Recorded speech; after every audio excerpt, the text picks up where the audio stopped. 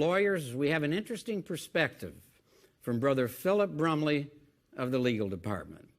Let's go to our Patterson studio and listen to an interview of him conducted by Brother David Schaefer, a helper to the teaching committee. Thank you very much, Brother Morris.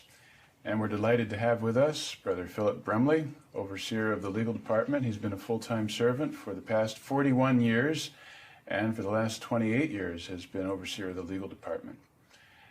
Brother Brumley, thank you very much for taking the time to be with us today. I know you have a very busy schedule. My pleasure.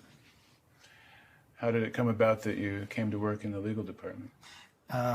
So I was working in the carpenter shop one day, and I got a telephone call from Brother Charles Steele.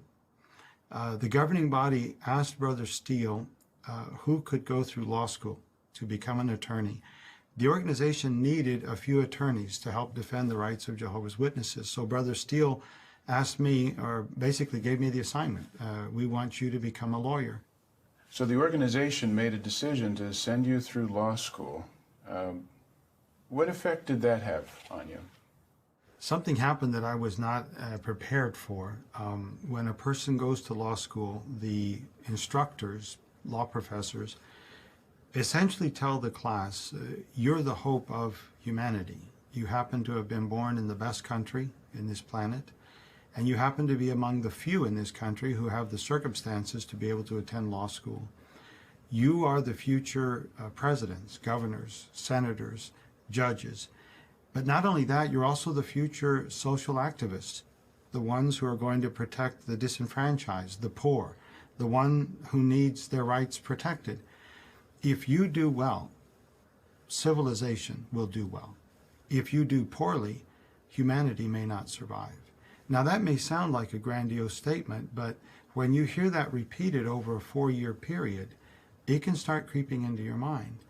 Another thing that happened related to that was there's a fierce spirit of competition in law school. And I brought with me the notion of this is a Bethel assignment, so I want to do well. Not just well, but very well. And David, in the first year, I scored rather poorly. And that shocked me. I thought I have to do better than this.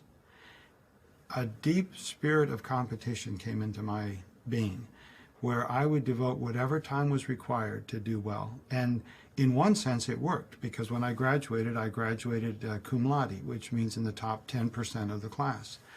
But both the spirit of competition and the thought that somehow you were special because you had this training had marked my personality. So how did you come to discern that this kind of thinking was rubbing off on you? In all candor, David, I didn't discern. It wasn't until after I had gotten out of law school that my wife Elizabeth sat me down one day and in so many words told me, "You're not the man I married." And I was taken aback. Well, what do you mean? She pointed out the character flaws that had developed in me, ambition, egotism, selfishness, combativeness, being argumentative. And the more I listened to her, more I realized she's absolutely right, that I had allowed these defects to creep into my personality. The next thing was what to do about it. And it's not like going into a dark room and flipping on the light. It's not like recognizing that you have character flaws that need work, and next week you've got it cared for.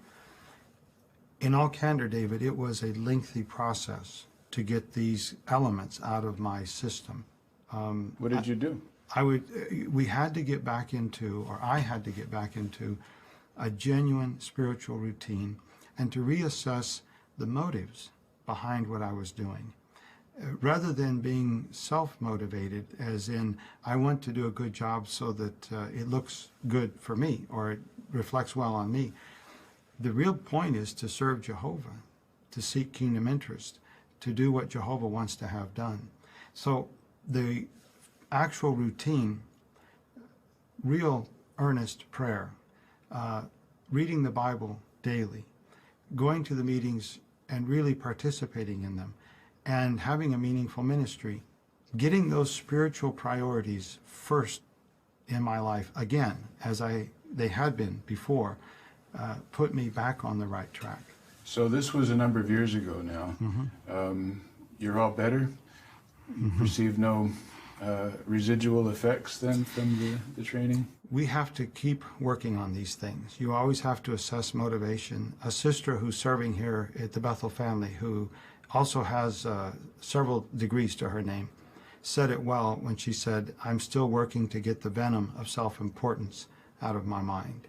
So I work very hard, David, to make sure that humility is not a front, but it's from my bones. It's really what I am on the inside. When the scripture says doing nothing out of contentiousness, but looking at others as being superior to you, that's the attitude to have. And then, candidly, you give Jehovah something to bless. When we obtain a legal victory or a development happens that's favorable to Jehovah's Witnesses, all thanks go to Jehovah, because in the years that I've been serving in the legal department, I can assure you that it is not because of the expertise of those of us who happen to have this privilege of service.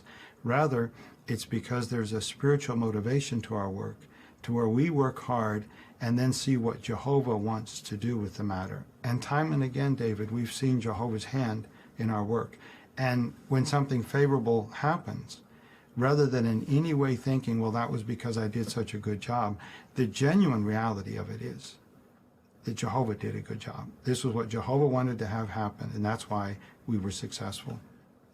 So, Philip, you're an attorney, you serve at Bethel. Undoubtedly, young people have come to you asking your opinion on this. What do you tell a young person who's considering pursuing higher education? Well, the first thing that anyone should do is to ask themselves, to closely examine themselves as to the motive. Is the motive really to seek first the kingdom, to use some additional schooling to facilitate pioneering or serving at Bethel or serving where there's a greater need? Or actually is the motive one of obtaining a certain standard of living or a certain degree of prominence? So the real core issue is why is an individual obtaining this additional training?